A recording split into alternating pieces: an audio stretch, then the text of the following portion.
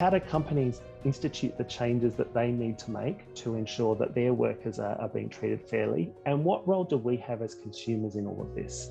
It's a report on the fashion industry. Baptist World Australia gives major brands a grade based on 5 different criteria.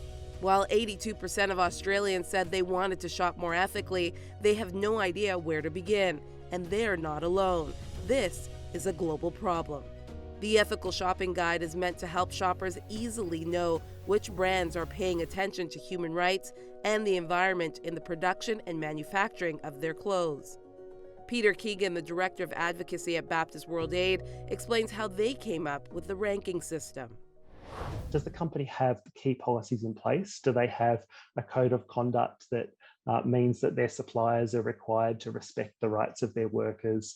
Do they have senior management in the company who are taking responsibility for this and paying attention to what goes on, not focused just on the profit bottom line, but also focused on what happens to the workers in their supply chain?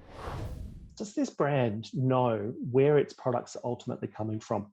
So most companies will have a really good idea about the final suppliers. They're the ones that sew together the piece of clothing that we may be wearing. But then if you ask, where does the fabric come from? And where does the raw material that's gone into that come from? Many companies, particularly when we started doing this research, just had no idea. They hadn't traced their supply chain back. And if you don't know where your products are coming from, then you can't do anything to ensure that the rights of workers and the rights of the community and environment are being respected in those early stages of the supply chain. Do they set up the contracts that they have with their suppliers in ways that are fair, in ways that have realistic delivery times, that are paying the supplier a fair price so that supplier is then able to pay their workers a fair price?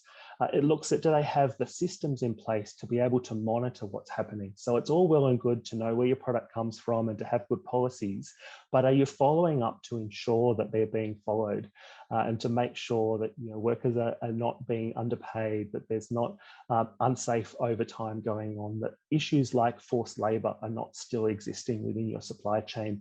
And more importantly, if you do find them, which at times is going to happen, do you have a strong process in place to be able to turn that situation around and to provide remediation for the people who've been exploited there?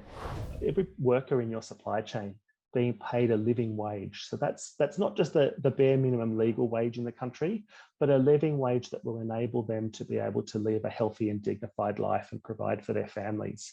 Are there opportunities, are there mechanisms in place if something goes wrong for workers to be able to express a grievance or a concern and that's heard back by the company and they can then take action on that? The fashion industry, on some estimates, constitutes up to 10% of global greenhouse gas emissions. Huge problems around water use and the use of chemicals, around land use change as different fibres are grown. So there's a huge environmental footprint that the fashion industry has. And this section really gets at are companies being intentional about the way that they design their products, about the fibres that they use, about the way they use water and chemicals, to ensure that their environmental footprint is minimised and in fact in places can turn positive.